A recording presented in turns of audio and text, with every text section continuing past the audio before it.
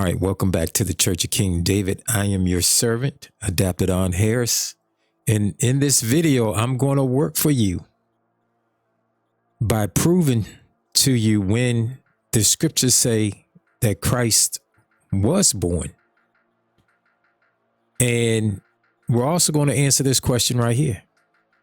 Why did the rulers of darkness tell you that Christ was born on December 25th?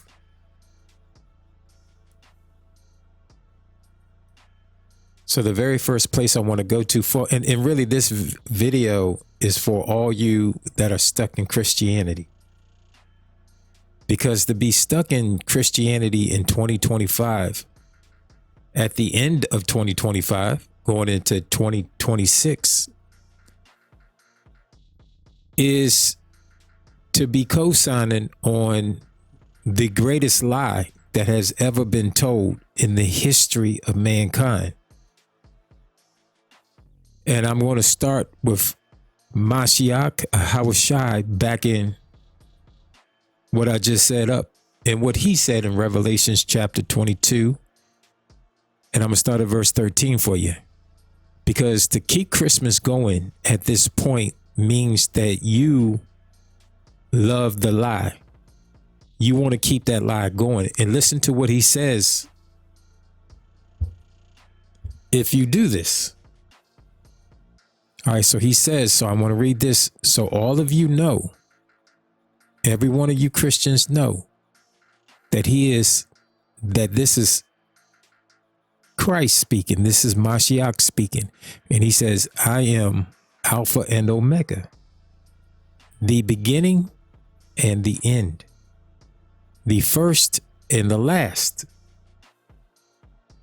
Blessed are they that do his commandments, that they might have right to the tree of life. And this is very important what he says. He says, blessed are they that do his commandment, that do his commandments, that they may have right to the tree of life. So a part of this Christmas story and this lie that they're telling you stems from Esau. When Esau sold his birthright to Jacob, this began Esau to create this lie. And so what he's saying here goes right back to Esau, right back to the Edomites who gave you Christmas, right? Because when Esau sold his birthright to Jacob, Esau had the right to the tree of life, but he sold it. And so many of you are doing the same thing. Ye being evil in continuing this lie. You being evil in continuing this lie, like Esau, right? You're going to lose your right to the tree of life, just like Esau. Let me read this again. Blessed are they that do his commandments, that they may have right to the tree of life and may enter through the gates into the city. So if you don't do these things, you cannot enter in heaven, which is the new city, Jerusalem, aka the Church of King David. Because who can go in there? So Mashiach says, for without are dogs, sorcerers. And this includes some of you gospel entertainers. You've become sorcerer. You're creating, you're doing witchcraft to seduce the people to continue in this lie. So you are a sorcerer. And many of you have become whoremongers and murderers and idolaters, and whosoever maketh a lie. You see? So when you continue with this Christmas narrative, which is a lie, which we're going to see in this video, as we go on in this video, you're going to see that you have been lied to, and many of you are aware that Christ was not born on December 25th, and yet you keep celebrating it because of the commandment of man. Nowhere in the scriptures. Matter of fact, we're going to, as we go through this video, we're going to hear the Father and Son. We're going to hear Christ himself tell you he hates Christmas. For a lack of better words, he's going to say it in Revelations that he hates Christmas. So whosoever loveth Christmas, which is a lie, it's a lie. The Father told you in Jeremiah chapter 10, verse 1, not to go into the ways of the heathen. But you love celebrating Christmas. Right? So he says, whosoever loveth and maketh a lie, right, will lose your right to the tree of life like Esau. And you won't be able to enter through the gates into the new city, Jerusalem, which is the church of King David, which is the new heaven, where the Father and Son are. They're there inside the new city in Jerusalem.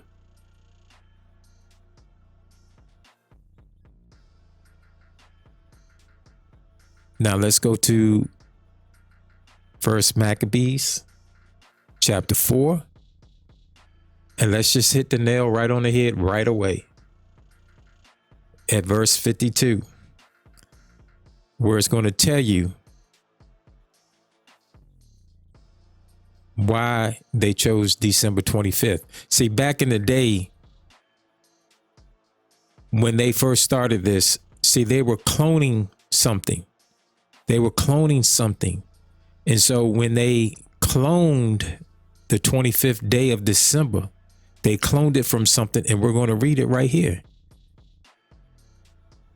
They stole it from something, right? So this is when they began to create the lie. So if you say that Christ was born on December 25th, that's a damn lie. And you will lose your right to the tree of life if you keep doing it. So verse 52 says, listen, so this is where we are now with the Feast of Dedication. And so this is what they're talking about in this chapter about the rededication of the temple. And so in verse 52, it says, they rose early on the morning of the 25th day of the 9th month.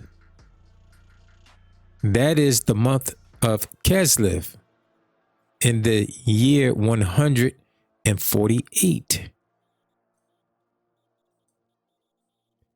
and offered sacrifice according to the law on the new altar for burnt offerings that they had made. On the anniversary of the day on which the Gentiles had desecrated it. See, that's what you're doing. You're still desecrating the Feast of Dedication.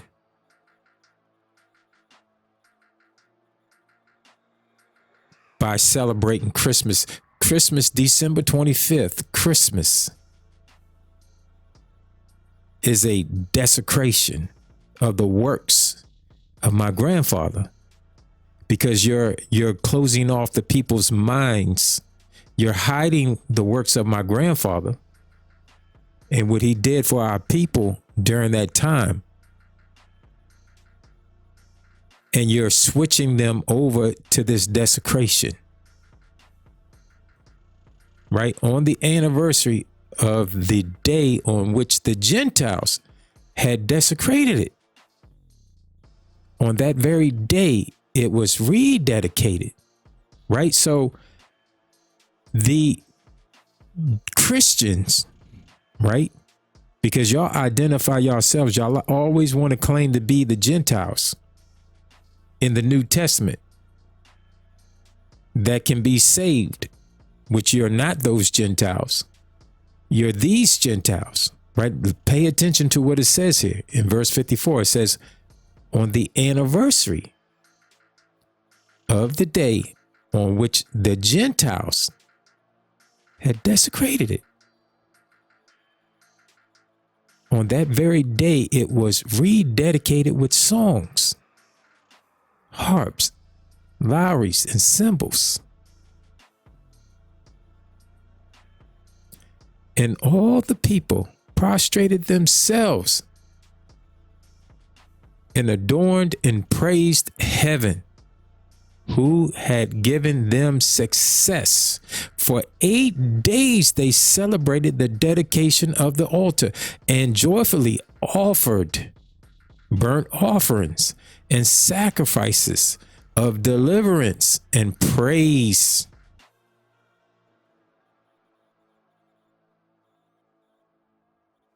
They ornated the facade of the temple with gold crowns and shields. They repaired the gates and the priest chambers and furnished them with doors. There was great joy among the people now that the disgrace brought by the Christians was removed.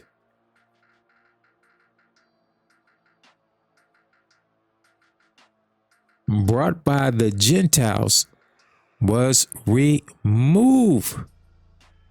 Then Judas and his brothers and the entire assembly of Israel decreed that every year for 8 days, from the 25th day of the month of Kislev, the days of dedication of the altar should be observed with joy and gladness on the anniversary. I want you to think about what they did. They destroyed, they desecrated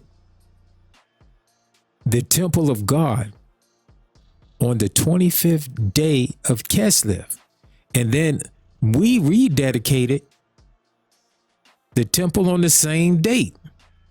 And so this is where you get December 25th from. Because December 25th, now we're going to go to our map. We're going to go to our calendar. If we come over here, it says on the 9th month is Kislev. As you see, Kislev can fall from mid-November to mid-December. So it's the 9th month. But the reason why you have December 25th is because the Gentiles are remembering their desecration of the temple of God. I want you to think about that. And if you can live with that, then you should lose your right to the tree of life. Let's go back to what Mashiach said. You should lose the right to the tree of life. And you should also lose access to the church of King David, the new city, Jerusalem, Zion. It's all the same. The new heaven. That's what we call it. You should lose that right. Because the reason why, now let's go back to the calendar. I want to make sure that this is clear. You celebrate December 25th because they know that this is our celebration now for when they desecrated the temple. So in this month, on the 25th day, starting from the new moon of this month, we celebrate the Feast of Dedication, which the world calls Hanukkah, the Feast of Lights.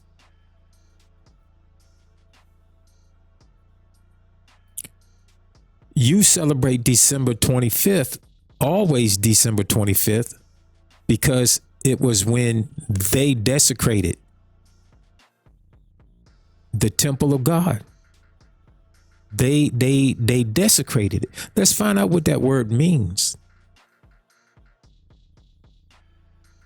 Desecrate. What's the synonym for that?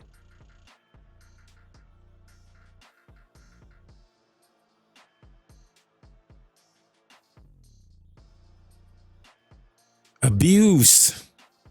Violate. Let's look at this one here. Profane. What does that mean? Let's find out what this means. Because you people are sick. Just like when it came to Thanksgiving, you know that they massacred your ancestors, and yet you sit down with joy after the commandment of a man. Although the scriptures has informed us not to follow the commandments of man, you gladly follow the commandment of man and not the commandments of God. You should lose the right to the tree of life. You should. Every last one of you. And let's find out what this is, because like I told you, Esau, when he sold his birthright, because Esau is the devil. He is the devil that the Bible speaks of. And what Esau began to do when he lost control of the birthright, he lost access to the tree of life. He lost access to Mashiach. He lost access to being in heaven. He lost access to being around the Heavenly Father. And so what did he begin to do? He began to plot, because he said in his heart that he hated Jacob, and Jacob is King David. And so what Esau began to do was mimic all of the things in which Jacob and his children were commanded to do by God.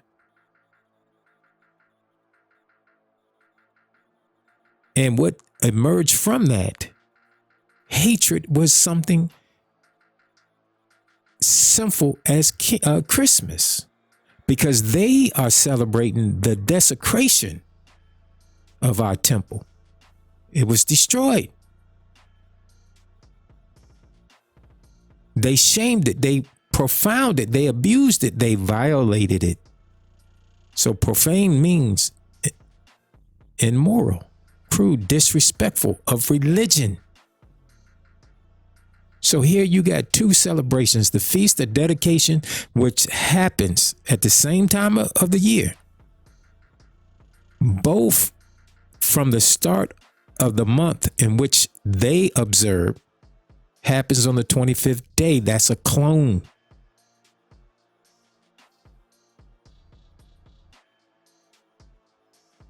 So they cloned it, but you are so deceived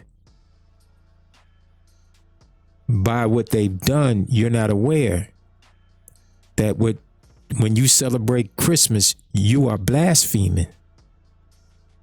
You are blaspheming. You become a liar. Like Mashiach said, let's go back here and read it again. It says, whosoever loveth, you love Christmas. You teach your children to love Christmas. We are taught as children, and this is reinforced by the government and the state, your school, your churches. It's reinforced so much that love for Christmas is hard for many of you to push away out of your spirit. It's hard for you to detox out of your soul, because they indoctrinate it into you at an early age, and you begin to love it. And what do they use against you? What does Satan use against you? He uses two main ingredients that makes it hard for you to detox this witchcraft out of your system. The first one that they use, which is the weaker one, is the love of your family.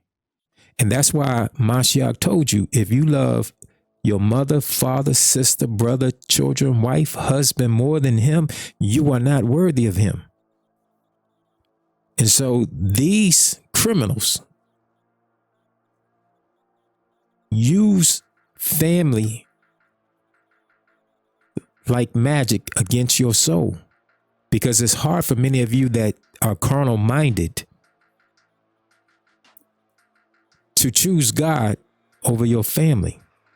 And then the main ingredient, the active ingredient that they use against you is Christ himself.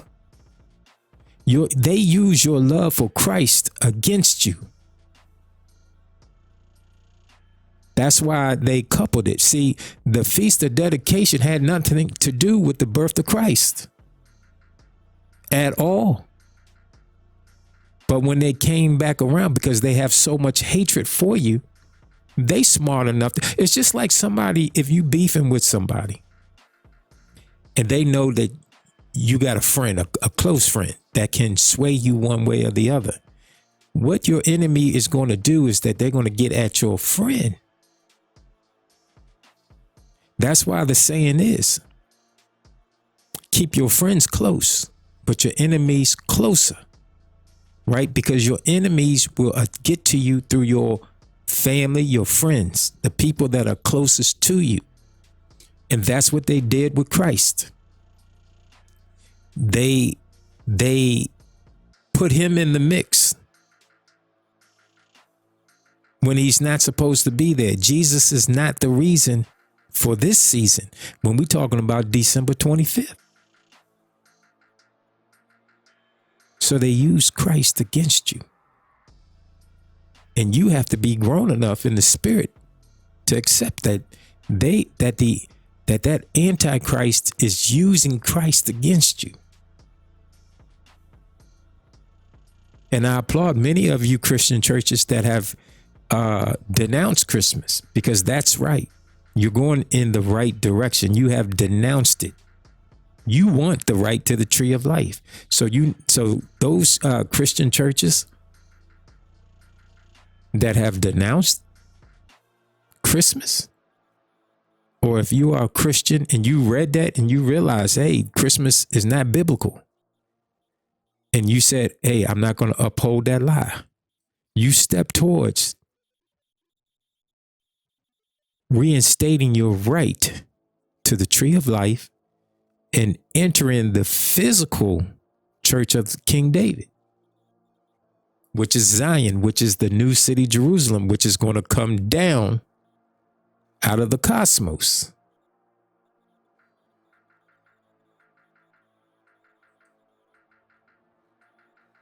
Now I want to come in here. Hebrews chapter 12, verse 16, because I was speaking about Esau, and I can prove to you that Esau is Lucifer. We are all reincarnated. He is always going to be reincarnate. And when he comes back into the flesh himself, or he switches flesh, because now we have to consider that these people are not dying. And I can believe that. But whatever he's doing, Esau is the devil, and we can prove that. And so this is why you have this scripture here. Lest there be any fornicator or blasphemer of our religion, right? As Esau, who for one morsel of meat sold his birthright. And you know what we're about to see now? What's going to be exposed is the black Edomites, right? The black people who are Edomites, who are the children of the devil, like Howard Shah was preaching about when he was in the world.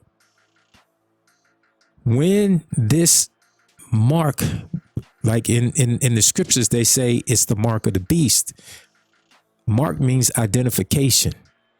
When this universal ID is made mandatory that you have to take it, we're going to see all the black Edomites when they begin to accept this digital ID, this digital mark of the beast, because mark means identification. It doesn't necessarily mean that you have to take an implant in your forehead or your right hand. That will stem from you accepting the digital ID access to food and water. And so Esau, so the Most High is about, remember, Christ said that he would keep us from the hour of temptation. And this hour of temptation has everything to do with this digital ID. I'm telling y'all. Listen to me. And so what are they going to do? They're going to use digital currency, right? For all of y'all that got money in the bank, your USD is about to be worthless because these folks are serious, because the word is serious. The word is nothing to play with. And so you're going to go through the same thing that Esau went through. And this is why Esau don't have the blessing anymore. This is why he is upset. And y'all are going to be upset. But we're going to be able to see the black people, or any people, I don't care if they're black or white or whoever, if you take that digital identification, that digital currency, that digital system, to where you have to comply in order to get food, to go into certain places, to take certain forms of transportation. If you take it, that is the hour of temptation that came upon Esau, that caused Esau to sell his birthright. And what is that right? What is this birthright? Mashiach told us.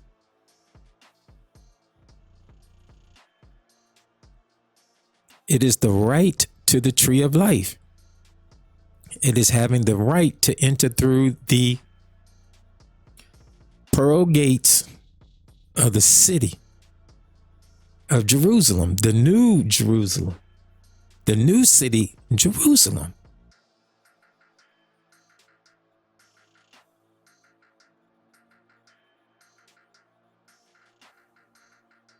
All right, so now with that, I'm going to come back and we're going to look at this calendar and begin to show you through the scriptures who was actually born during this time of the year. And it wasn't Mashiach at all.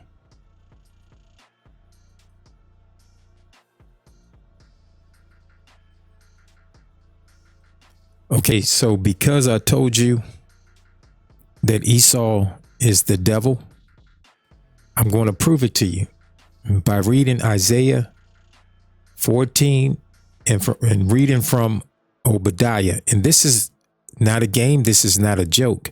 When the Nation of Islam was telling you this, you thought it was a joke.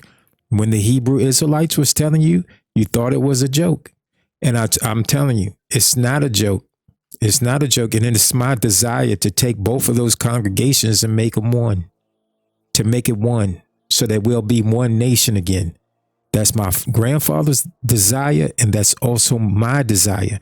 And so both of these communities have told you that this man is the devil. And we're about to read it in the scriptures, that Esau, Edom, is the devil. He is the chief among the heathens. He is the chief among the Gentiles. And so we're going to do that by reading Isaiah and Obadiah, because when Esau sold his birthright to Jacob, the reason why they call him Edom is because Jacob prepared red lentil beans for Esau. And from that day forward, because he ate that red lentil beans, because that's what he gave up his birthright for. Like I'm telling you, there are black Edomites out here that are about to make that same deal, the art of the deal. And so when he made that deal, right, and Esau today, in my opinion, is Donald Trump. He's Nebuchadnezzar. He's Esau. He's the head of gold. And it's no wonder Donald Trump stood on Air Force One, and when he was asked about getting into heaven, he said, I don't think I'm heaven bound. He knows he can't go there. He knows he's the one that made this deal. The art of the deal. He made the deal with King David to become the devil. He'd rather be the devil. But when he found out what he was actually losing, he was upset. Just like there's going to be a weeping and gnashing of teeth for those of you who buy into this digital ID, who begin to sell yourselves out for this food and shelter like Esau. Because Esau did that. Let me prove that real quick. In Genesis chapter 25, verse 30, what does it say here? And it says, and Donald Trump, Esau, said to King David, feed me, I pray thee, with the same red pottage, for I am faint. Therefore was his name called Edom. So when we speak of Edomites, what we're saying is we're not talking about a skin color. We are talking about the people who sold their birthright not to enter into the church of King David, the new city, Jerusalem. Now, just so happens that a lot of them are red, but what about the black ones? What about the Arab ones? They're Arab Edomites, right? There are Asian Edomites. They're not red. So when we talk about the Edomites, we're talking about those that sold their birthright, the ones that already shown that they're going to make that deal. See, when most of the world, this is why so many black people are going to get caught up into accepting this digital ID, because they're going to see other people do it. Just like with Christmas, you see other people do it and you believe it's acceptable by God. And so when you see other people do it, you are more apt to do it yourself. But you're not going to realize that there are certain people on this earth. It doesn't matter whether they take the mark or not. It doesn't matter if they participate in the digital system or not, because eventually it's going to lead to the chip in the hand and them making it mandatory that you have that Neuralink implanted into your head so that you can be into their digital world. I swear, this is no lie. I meant to say something about this the other day. I got into the shower, and while I was in the shower, I saw an image of an eye, one single eye. And the strange thing about me seeing this image of the eye, I could not tell whether the eye was outside of my body or if I saw it within my body, inside my mind, because it seemed to be in a position in between my natural vision and my inner vision. And it looked like it was almost like a hologram. And it had like this blue fire around the eye. And so that is the end game, when they are able to put these chips and things on you so that you cannot tell the difference between reality in the digital world, the organic world, and the fake world. So I had to meditate on that. One, the eye was one single eye, like you see on the back of the dollar, but it had this blue fire coming through the eye, and it was around the eye. So that is why we call this man Edom, right? It's because he took the art of the deal. He sold his birthright. And if you go deeper with it, and I'm just going to talk in the spirit here for a second. If you go deeper with it, maybe this is what Esau was intending. Because if he's in power, when Mashiach comes, then he can unalive Mashiach and stay in power. This is their thinking now. And so to accept the beast system is to participate in the unaliving of Mashiach when he comes. Because like I told you before in the book of Enoch, it's telling you that Mashiach is going to come to rescue King David first and foremost. This is why in Zechariah chapter 12, it says that the tents of Judah are saved first. Because when this Armageddon gets kicked off, these people right here, Esau, Edom, all the Edomites, those who have sold out. When you see these celebrities, it is a fascinating thing to see on Tyler's channel, the Fittest Flat Earther, discover that these people are probably not dying. Well, all of these people have already took the red pottage, right? They took that red pottage and sold out. And now they're participating in the execution of the Son of God when he returns. And they know that if David is raising up now, they know that Mashiach is going to come and defend King David. That's what Enoch said. They know this. When they come and get on King David, that's why this moment right now is so fearful to them. Because they know it's the end of their world. So this is why they call him Esau. Now let me go to Obadiah. So like I said, the Hebrew Israelites say that this man is the devil. The Nation of Islam say that this man is the devil. And they're both right. And I hope, like I said, one day we can take the Hebrew Israelites and the Nation of Islam and make them one congregation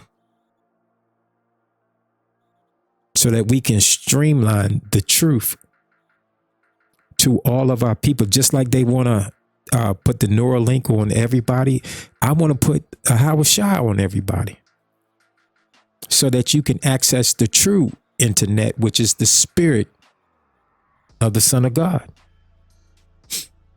So now let's prove this. So both Obadiah and Isaiah got the same story in a different way. They got the same evidence from my grandfather in a different way. So the very first thing I'm going to bring your attention to here in Obadiah verse 1 is that the subject here is Edom, right? Thus saith Yahweh Elohim concerning Edom, the red pottage people, those that have already sold out. They sold their birthright. They gave up. They gave up any hope. So they have to deal with the devil, right? So this is concerning Edom. But if we go to Isaiah, Isaiah is told that the individual he's talking about is Lucifer. And if both of these stories line up, then that means that Edom, Esau, the Edomites are in fact the children of Lucifer, like Howard Shah said. That's why Howard Shah said to some of those who were presenting themselves as who were outwardly Jews, he called them the devil. Because like Paul said, to be a Jew is to be one inwardly. You got to have the inward spirit of God moving through you in order for you to be a Jew. They cannot present you as a Jew outwardly, because that would be to deceive you if you're not a Jew inwardly. And unfortunately, so many in the black community are just black on the outside. They are truly members of the red pottage group, right? They are members of the red pottage gang. All right, so here is Edom. Here's Lucifer. And we know who that is. That's the devil. Now, if we come back to Obadiah, certain things are going to be said by my grandfather to Obadiah that is going to repeat with Isaiah. Now listen to it. He says, the pride in thy heart has deceived thee. Thou that dwelleth in the cliffs of the rocks, whose habitation is high.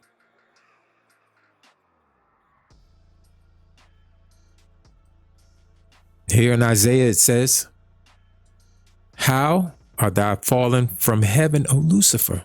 Right? So what did we read right here? My grandfather said that this man's habitation would be high. Like one of the things I heard last night is that they want to take these data centers off the earth and put them up into the air because it would be cheaper to do so, because it's cooler up there than it is down here. And so their habitation is high. This is why they want to go to the so-called moon, or whatever they're calling the moon. It may not be that object in the sky that we call the moon, but they're going somewhere, and you can best believe that. So that's another connection. The habitation is high for Edom. Here, how art thou cut down to the ground, right? Because heaven is high. So it's saying he has fallen from heaven. O Lucifer, son of the morning, how art thou cut down to the ground, which did weaken the nations? Now listen, it says, for thou hast said in thy heart, I will ascend into heaven. I will exalt my throne above the stars of God. I will sit also upon the mount of the congregation in the sides of the north. What did it say in Obadiah? Said the same thing. The pride of thy heart has deceived thee. For thou hast said in thy heart, the pride of thine heart hath deceived thee.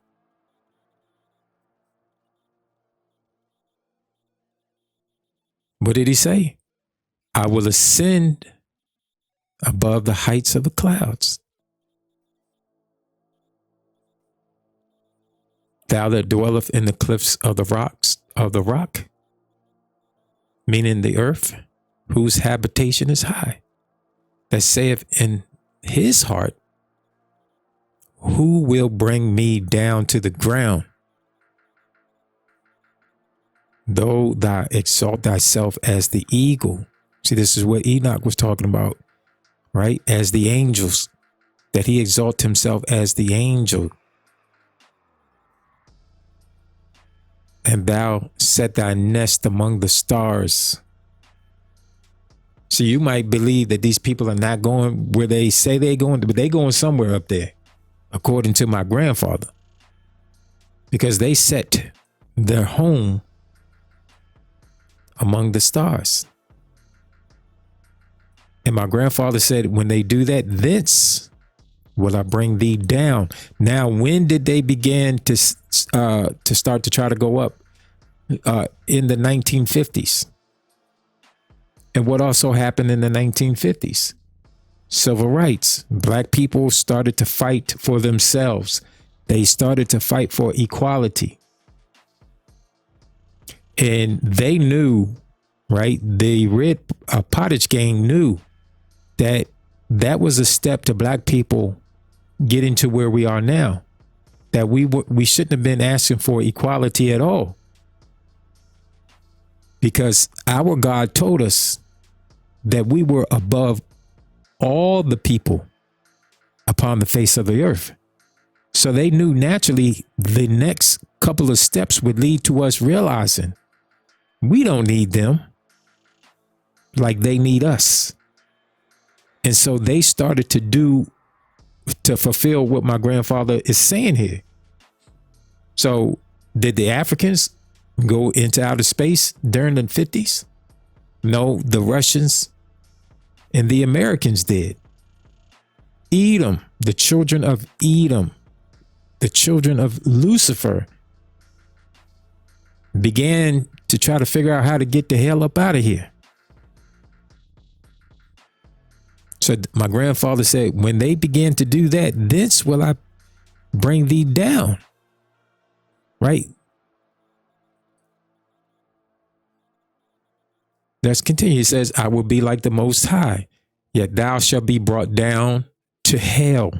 You see, in Obadiah, he's just said he's going to bring them down.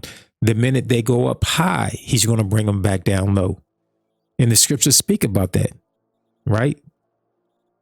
That thing which was exalted among high, that the high and hearty is going to be brought down low, and those that were low are going to be brought up high. We're going to return again. This is why the Holy Spirit said through Simeon, who was Abraham, when Joseph and Mary presented Ahahushai to Ahawa, according to the customs of the people. When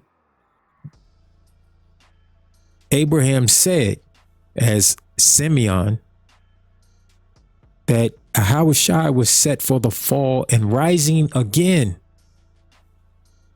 of many in Israel. Not all, many in Israel. So this is a serious thing that my grandfather told Obadiah and our brother Isaiah.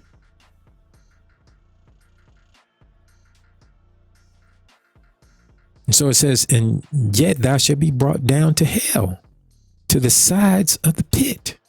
See, to the side where you are right now is a pit. The land of darkness, like King David told you. This is the land of darkness, man.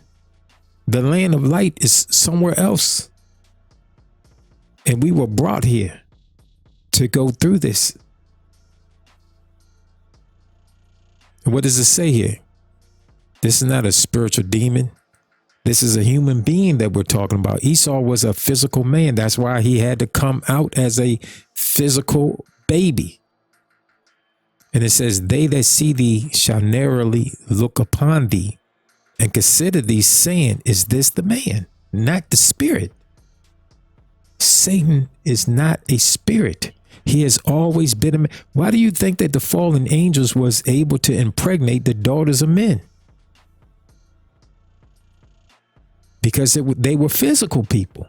Just like with Ahahushai, when he rose from the dead, his own homeboys thought that he was a spirit. And what did he have to tell them? That type of spirit does not have flesh and blood as you see me have. Flesh and bone. Is this the man that made the earth to tremble, that did shake kingdoms?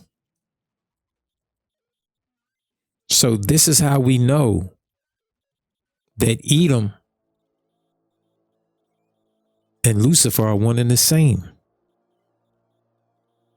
And like I said, I would love to participate in merging the Nation of Islam with us and us with them, that we might be one people again in the distribution of Ahahushai within inside of us. Because one of the things that is going to happen with us as a people is that we are going to be able to now maximize the spirit as we did before. And this is a thing that they're afraid of. They don't want us to breed properly, because in order to enter the kingdom, you must enter the kingdom as a little child. So that means that we must begin to change the way that we are out here sexing and breeding, so that the continuity of Ahahushai may be distributed between us all, and that we operate within rather than without. We are able to communicate with each other within rather than without. Now they are got these machines now where they can put on these little things, because we're back at the Tower of Babel altogether with a product like this. But they got whatever it is that you can put over your ears, and you can communicate with somebody through thought. And the machine can translate what you say in a different language. If that person speaks another language, you will be able to understand each other. Nobody else in the room will be able to hear you. So if you don't begin to gain access to the spiritual internet within inside of you, and I'm telling you, all of you got to listen to what I'm telling you. We must do what was thought to be impossible. You got to start to believe that now. You got to start to believe that.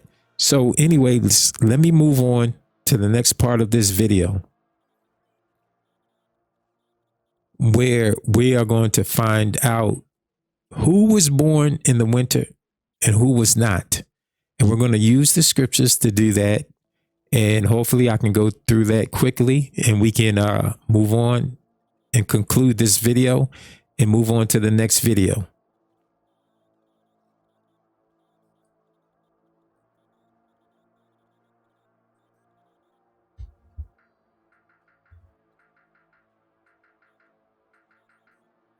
Okay, so again, Mashiach had to be born in the 3rd month, at the end of the 2nd to the 3rd month of Shavin. I hope I'm pronouncing that right. But he had to be born in this month, and it's a reason why we know he had to be born in this month. Okay? Because the scriptures tell us in Luke chapter 2 that a decree went out from Caesar Augustus that all the world should be taxed. And all went to be taxed, everyone to his own city. Remember that. Okay, so you had to travel back to your own city, no matter where you was in the world, because it just said that, right? All the world should be taxed. So no matter where you were in the world, you had to go back to your place of nativity.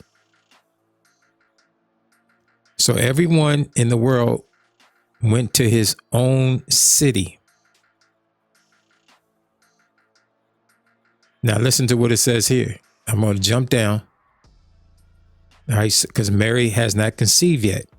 And it says in verse 7, and she brought forth her firstborn son, wrapped him in swaddling clothes, and laid him in a manger, because there was no room for them in the inn. What was going on in Israel that they didn't have any place to stay when they went back? Not only to be taxed, but to observe something. They were observing something. And this is why there was no room for them in the end, because everyone in the world had to travel back to their place of nativity. So if you was of the tribe of Judah, you would in fact return back to the city of David, as it says here. Joseph also went up from Galilee, out of the city of Nazareth. Now we just read that, right? We just read that's where Mary was, in Nazareth, into Judea, unto the city of David, which is called Bethlehem, because he was of the house and lineage of David. Okay, so this is why they are there. They're not there because Mary was of the lineage of King David. They are there because Joseph is of the lineage of King David.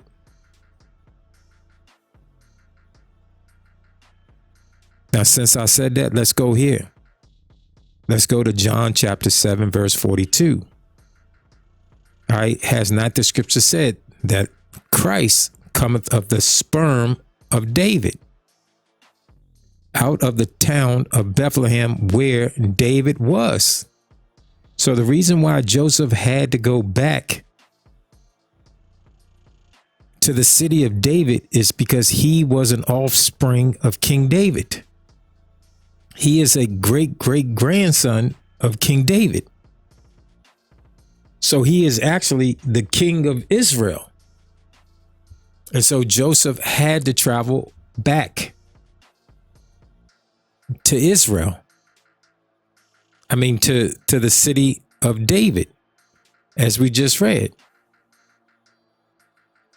This has nothing to do with Mary.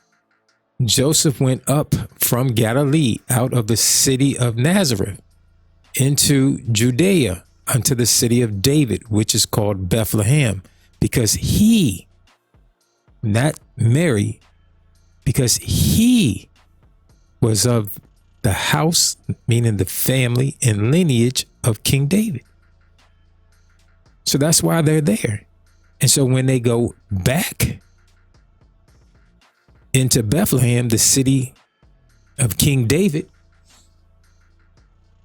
there's no room for them there. Now, if you know why, then you would understand why Satan tricked you into telling you that Mashiach was born on December 25th, when he was actually born on the other side of the calendar, in the month of Sivan. Now, what happens in this month? Let's go and find out.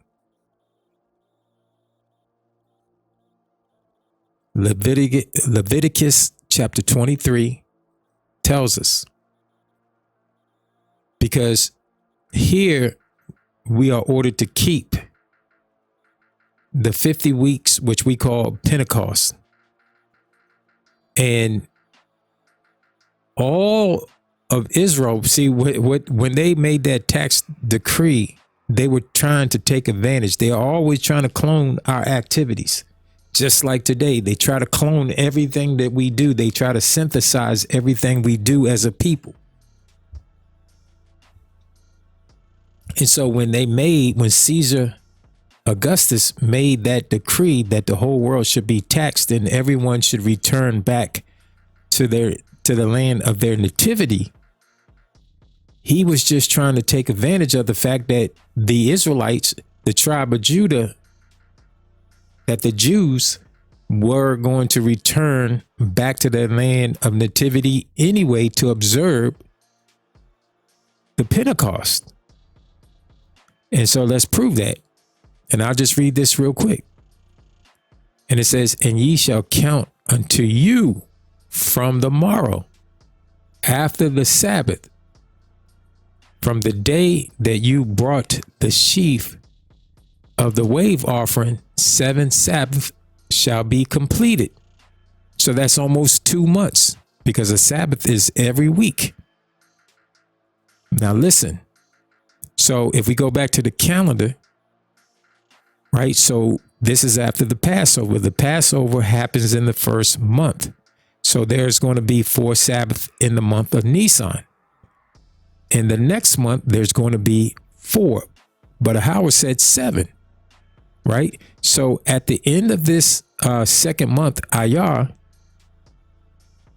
we begin to have the 50 weeks, or the 50 days, I'm sorry, of Pentecost. And it says, even unto the morrow after the 7th Sabbath shall ye number 50 days. Right? So that's the Pentecost. And so the Israelites were returning back to their homeland anyway to celebrate the Pentecost. Now, because of the tax they had to bring their families with them. And so this is why they brought their cattle, their wives, and their children with them, because that was the way for them to calculate how much they owed. Okay. And so we know, so if I go up, let me prove to you. So Yahweh said, seventh Sabbath.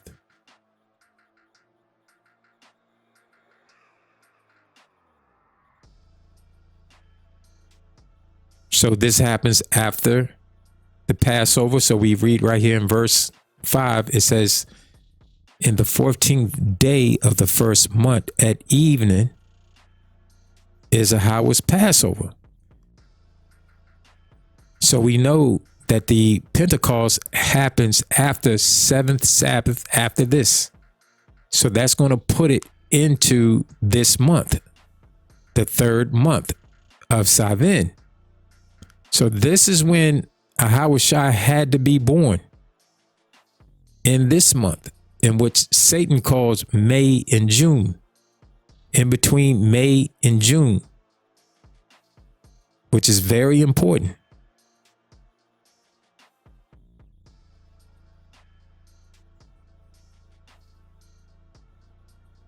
Now, if we go to Acts chapter 2, we see the same thing occurs.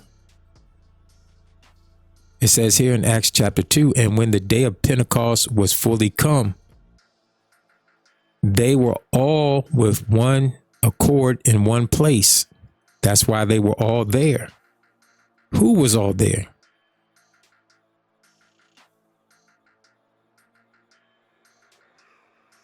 We go to verse 5 and we find out who. And there were dwelling at Jerusalem Jews, devout men out of every nation under heaven. So all of these brothers came back to Israel to observe the day of Pentecost, to observe the Passover. And so they were there, right? Them and their family.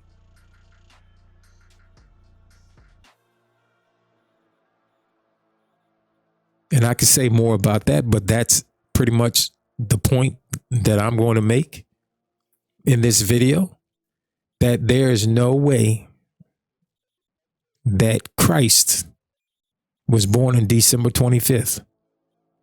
There's absolutely no way, according to the scriptures that I read in this video. He had to be born during the observance of the Pentecost.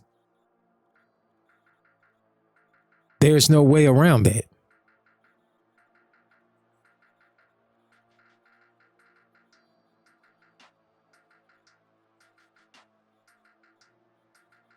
And so it says, whosoever maketh and loveth a lie. You are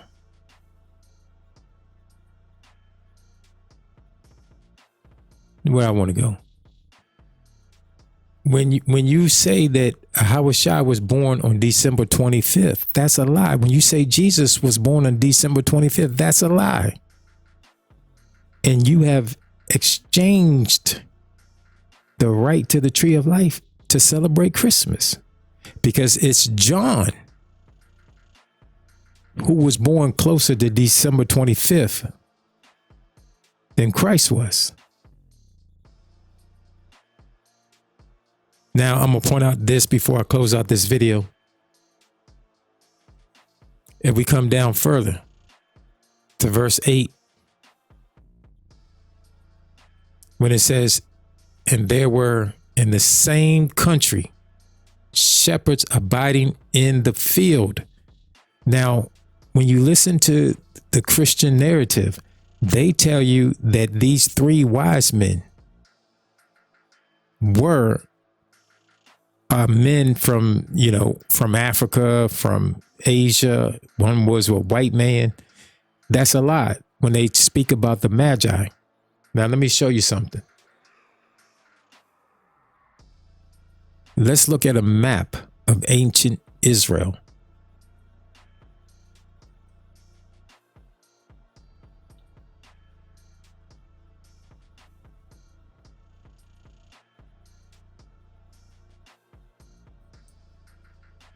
right, so if we look at the map of ancient Israel, we're going to notice something. Okay. And what is it that we're going to find out?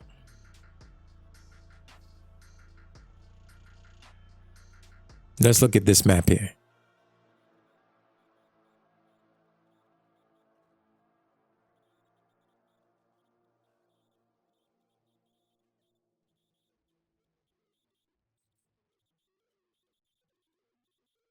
Now, if you look at this map,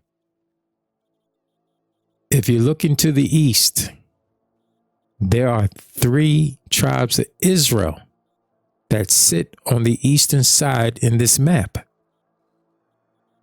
Each one of these has a chief, which is called the head of the tribe. Let me see if I can find that in the scriptures.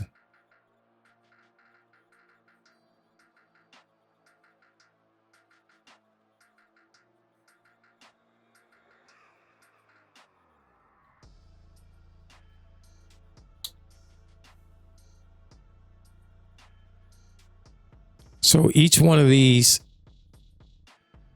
tribes, let me see if I can blow this up for y'all.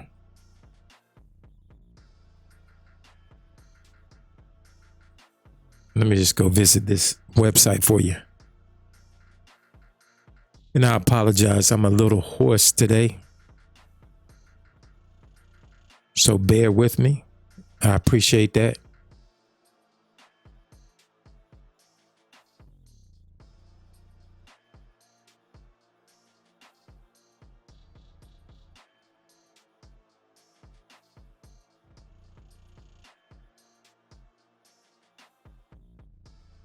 All right, so you see here in Numbers chapter 1, verse 4, and it says, and with you there shall be a man of every tribe, and every one head of the house of his father. So what you had is you in each of these tribes, you had a chief, the head of the tribe. And so when you come, did I click off of it? And so when you come here to Mary, and the shepherds that she see the way that they translated this was to test you, right? So again, it says, and they were in the same country. So this means that these men have to be Israelites. They're not African.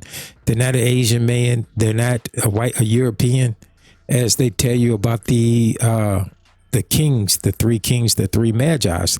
They speak of them as if they're not Israelites, but these are Israelites because they are of the same country, right? And it says when they said that they are shepherds abiding in the field, right? So these 3 heads of these nations were abiding in the field, keeping watch over their flock by night, meaning they were keeping watch over the tribe, over their tribe. And it says, and lo, the angel of the Lord came upon them, and the glory of the Lord shone round about them, and they were so afraid. And the angel said unto them, fear not, for behold, I bring you good tidings of great joy, which shall be to all people. For unto you is born this day in the city of David a Savior, which is Christ the Lord. And this shall be a sign unto you. Ye shall find the babe wrapped in swaddling clothes, laying in a manger. And suddenly there was with the angel a multitude of heavenly hosts praising God and saying, glory unto Elohim in the highest, and on earth peace and goodwill towards men. And it came to pass, as the angels were gone away from them into heaven, the shepherds said one to another, let us go even unto Bethlehem. You see, the whole point is that, like it says in Acts, those that went back into Bethlehem were the tribe of Judah, right? And it says there were dwelling at Jerusalem Jews, not the other tribes. The other tribes were not participating in this in Jerusalem because they were not born in Jerusalem. They were born in the section of Israel that was given to them by my grandfather.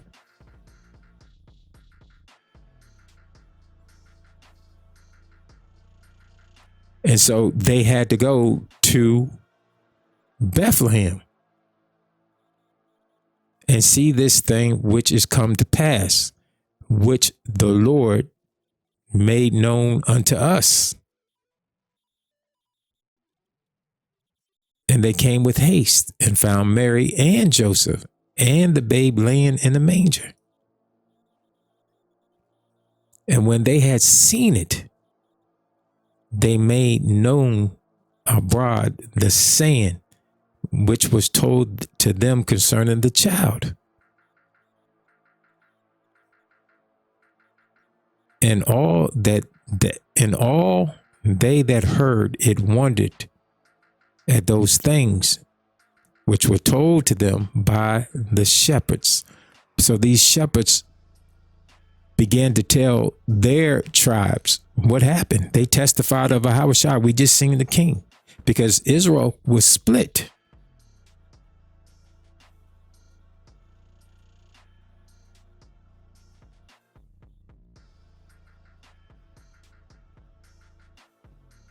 But Mary kept all these things and pondered them in her heart. So my point here is that, let me see if that map came up so y'all can see it.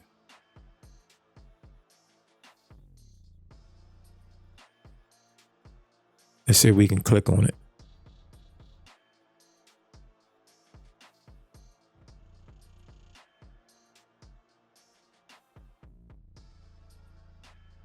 So just like Ahahushai said, that his coming shall come from the east to the west, right? From the east to the west. And so the angel of the Lord came from the east to the west, to Bethlehem. And that these shepherds were all abiding in the field, in their land, in their tribes. And this is why there's three of them, because to the east is Manasseh, Gad, and Reuben, their territories. And so each one of these heads of the tribes was told to go to Bethlehem.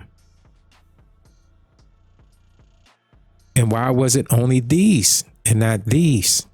Because this is the direction that they traveled. Like Ahahushai said, as lightning cometh from the east and shineth unto the west, so shall the coming of the Son of Man be. Just like it was when he was born.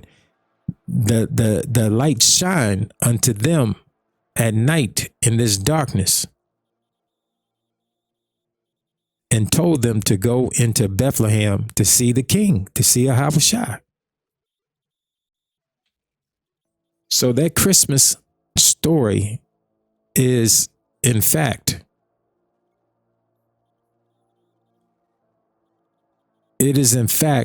a fabrication, mimicked to deceive us as a people. And it's up to you to believe that or not. And if you are going to continue to support it, then you have lost your right to the tree of life. Think about that. In other words, you won't be able to receive the benefits of the healing of the tree of life, which is the Church of King David. So if you which is an actual tree with the actual fruit that you will be able to eat and digest. But that tree is based upon the order and the structure of the Church of King David. That's why it's inside the Church of King David. It's not one, but two on either side of that river. But if you so choose to continue to celebrate, right now, you celebrated Christmas last year. You've already losing your right.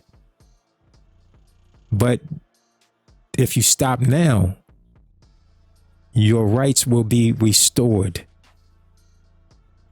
Even right now, to this day, right now. Don't be smart and say, well, I already bought Christmas gifts. Take them back. Is it not receiving eternal life more important than living a lie, which curses other aspects of your life? When you begin to tell a lie, it grows and it grows and grows, and it will affect other areas of your life to the point that you just start lying about everything. I know some brothers like that. They lie so much that they just think that lying is the way to live. So with that being said, I hope that this made sense to some of you, and we'll be back in the next video.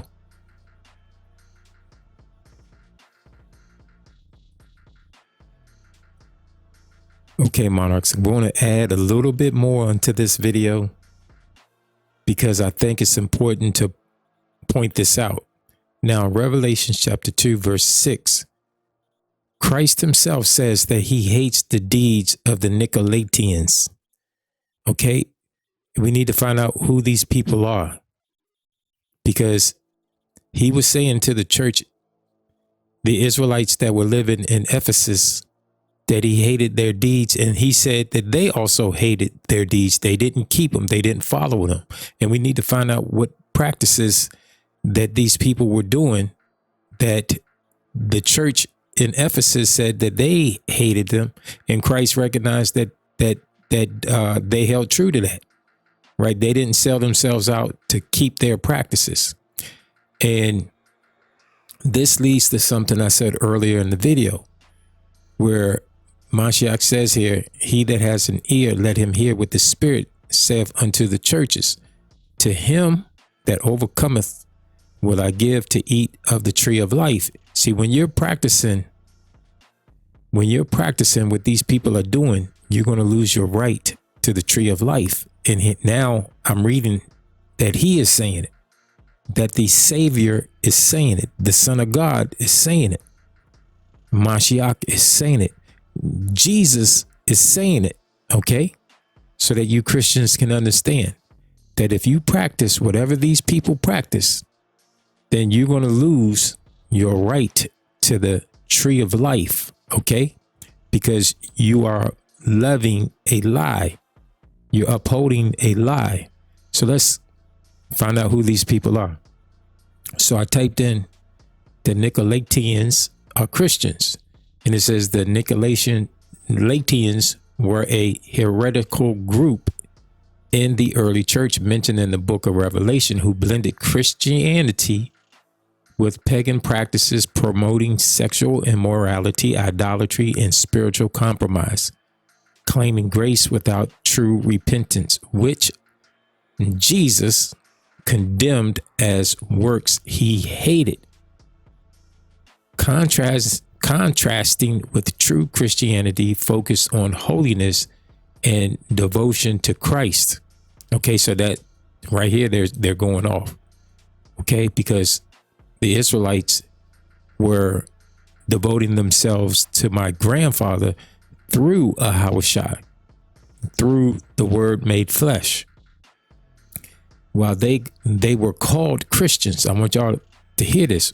While they were called Christians by some, like the people in Antioch, their practices were seen as a betrayal of Christ's teachings, leading mainstream Christianity to reject them as false teachers.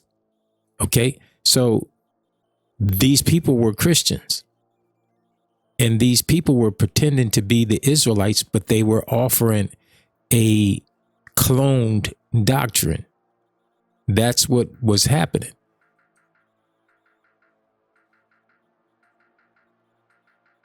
And this just says the same thing as the other one. So let me go here to this church right here. I believe that this is the Church of Great Grace. And this is what they posted about the Nicolaitans. He says, who are the Nicolaitans? Believe it or not, the Nicolaitans are in part responsible for Christianity acceptance of Christmas, Easter, Halloween, and other unbiblical practices. More importantly, Nicolaitanism representative of a much broader philosophy can be blamed for the organized and systematic removal of God's law. Are y'all listening?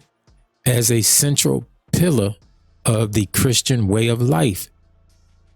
These things happen because of an attitude and approach to the truth found in the Nicolaitan heresy.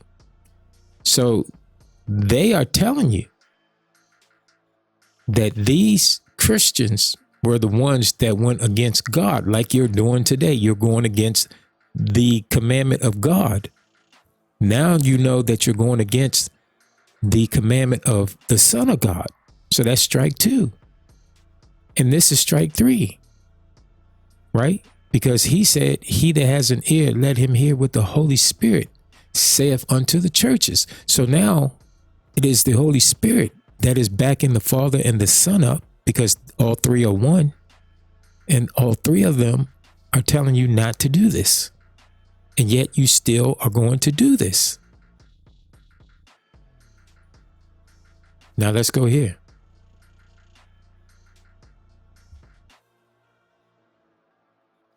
To this website called Revelation for Kids. And this is what this church is pointing out,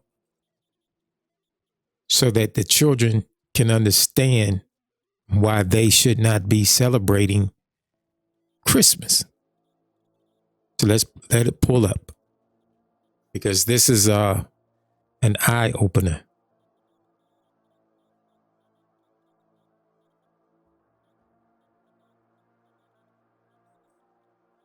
See, the one thing that I wanted to pull up, they don't want us to see it, but we're going to see it, right? Like I said in that song, this part of the prophecy, they don't want your eyes to see. See, they don't want y'all to see this. All right, so let's pull this up. I'm going to blow it up so y'all can see it. Let me zoom in on this. This part of the prophecy, they don't want your eyes to see. Brother standing out in the streets, garments made so priestly for a hour. Boom, boom, boom, boom, boom, boom, for a hour. Now let's see what they got to say here. Let's just scroll down. All right, so this is what I want to point out. He says, is there an imposter flying around at Christmas time? So they made this chart for the children to understand why they are supposed to keep their eye on Mashiach, and that Satan, if Satan is to deceive the world, he has to pretend to be Mashiach. Like I'm telling you, they're using Christ against you. And then your ignorance seals the deal. So let's look at some of these two comparisons. So it says, let's examine this popular figure to see if he's an imposter. Then we'll see if there's any clues about this in Revelation. All right, so y'all starting to read it, right? So this is what they're teaching them, their own people. All right, so it says Santa drives a sleigh through the sky. Hawashai drives a chariot up to heaven. White hair's white like wool. Wears a red coat. Wears a robe dipped in blood. Checks if you're naughty or nice. Judges all according to their works. Gives gifts. Gives the best gifts. Is a carpenter. Makes toys. Is a carpenter. Comes from the North Pole and wants to take the place of God. Comes from the North. Says ho, ho, ho. Says holy, holy, holy. And it goes back to say, says ho, ho, ho. This phrase was used to introduce the character of the devil in Old English plays. That's important, right? Then it says, wants little children to come to him.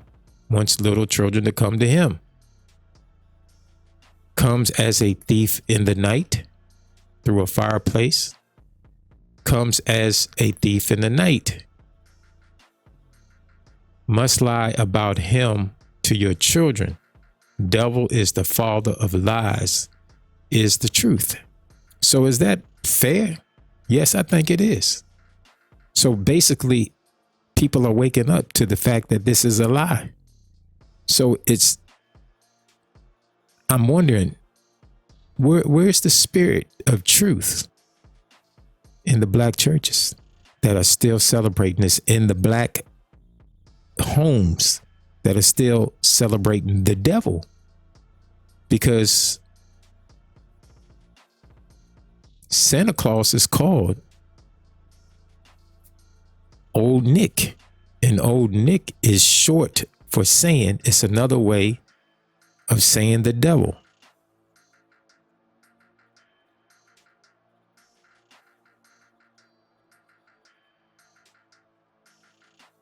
I'm gonna type this into Google. Let's see what pops up here. It should say exactly what I just said, that it's for the devil. You see that?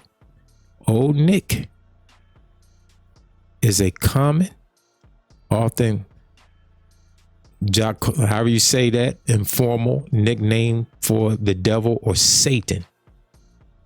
Okay? Saint Nick, Santa Claus. All right, the old man for the devil, in contrast with Saint Nick, Santa Claus, adding to its folklore. So basically, Old Nick is Santa Claus. Okay? It's a reference to the devil, and they refer to Santa Claus as Old Nick. He is the devil. So let's look at some old vintage postcards about Santa and his buddy, because they're friends. They're one and the same. You see right here how they're depicting Santa Claus and Saint Nick. And Old Nick here. They're buddies. This is what you've been worshiping. They're coming down the chimney there. Look, they're buddies. See, they're buddies. They're there chilling together. They're there to get the children. Right? This is why Hawashai said that if we don't enter the kingdom as little children, we in no wise shall enter in. So it makes sense for them to attack the children through this deception to get the children involved. So this is so-called Santa Claus, Old Nick, and Krampus.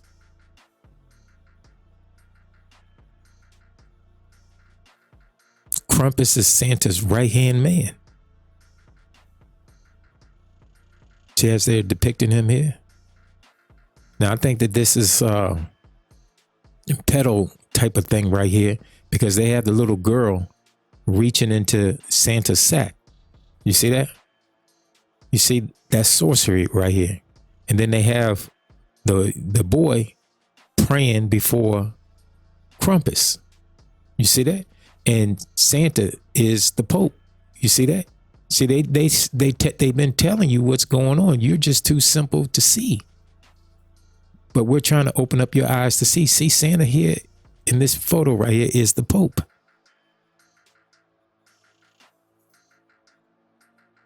You see? Look at this pedo stuff that they put right there in front of your face. This is the actual reason why they got you celebrating Christmas. Is to block these children off from entering the kingdom of God. So look at the little girl. She's reaching down there for this red ball thing in Santa's sack, in the Pope's sack. While the other one, the little boy, is praying to Krampus. Now check this one out.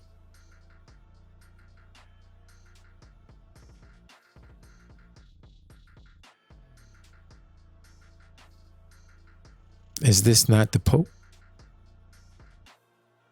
You see, is this not the Pope?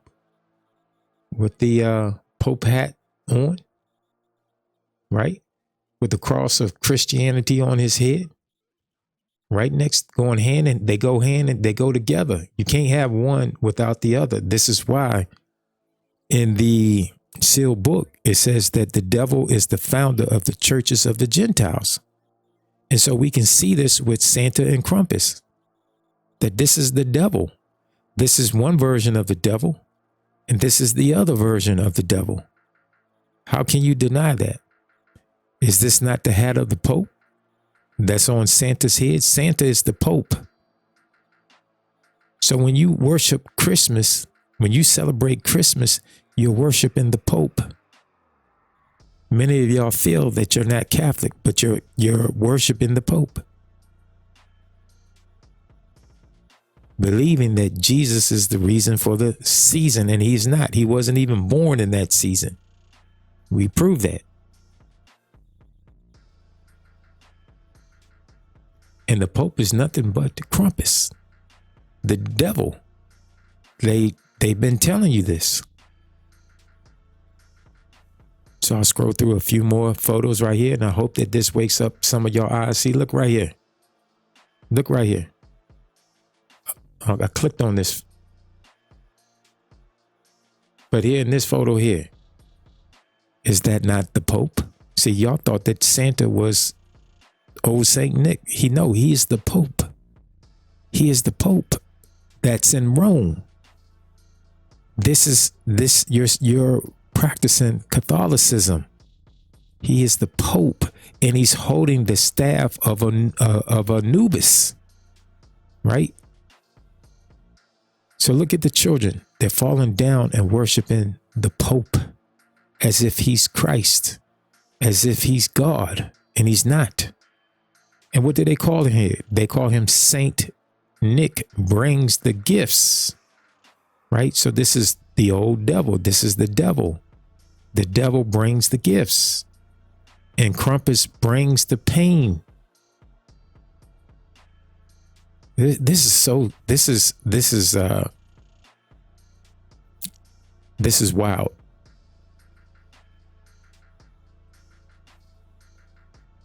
You see, Krampus comes and punishes you.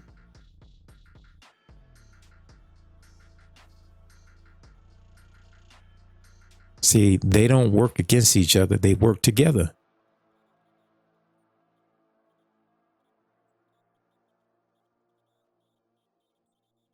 And then we'll see what they're talking about, because in some of these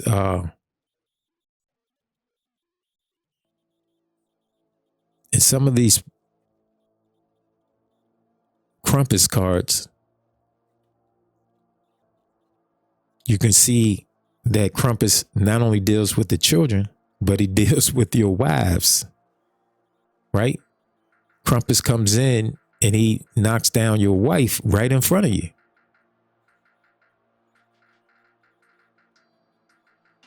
And this is what they were talking about, that the Nicolaitans were doing.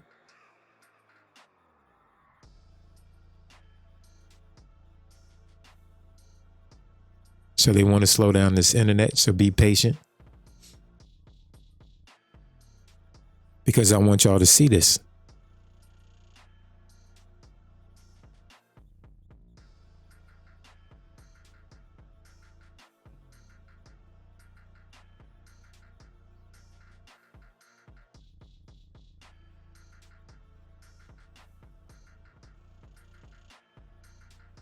So let me type it in this way.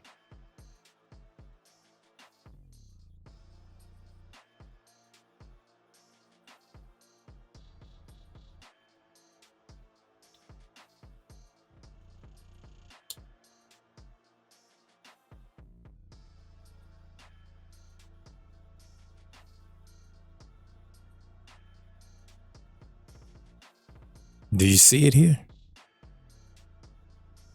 You see these demons come in, right? Not only is he taking your children, but he's taking your women. He's knocking down the women. Look at this. You see him coming in? You see it? You see him here? This is what he does. This is a sexual act. This is what they were telling you. And this is what many of y'all get into. See, many of y'all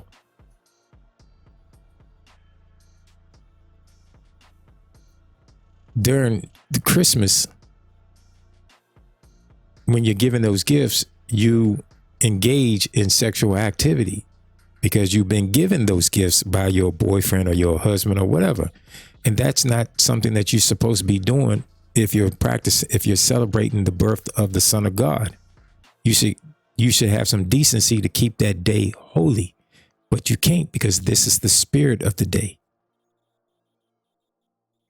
Right? So you got this female Krampus here, right? So she goes after the men. She puts the men in her basket. Krampus put the women in his basket. Look at this one right here. Y'all can't tell me that this is not sexual. And this is Red Bubble. Now look at where they got the woman, just like that girl reaching into Santa's sack. It's the same thing. Y'all can't see what's going on.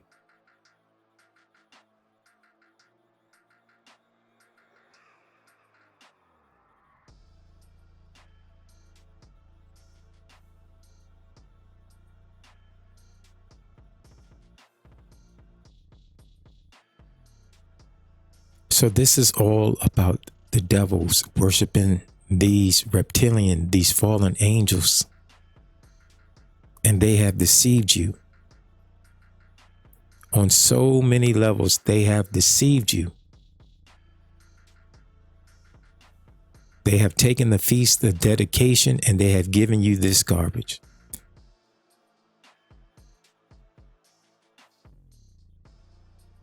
I mean, look at this.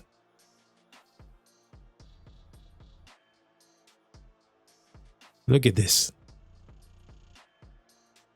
They've been telling you the whole time what was going on. We just been caught up into the lie.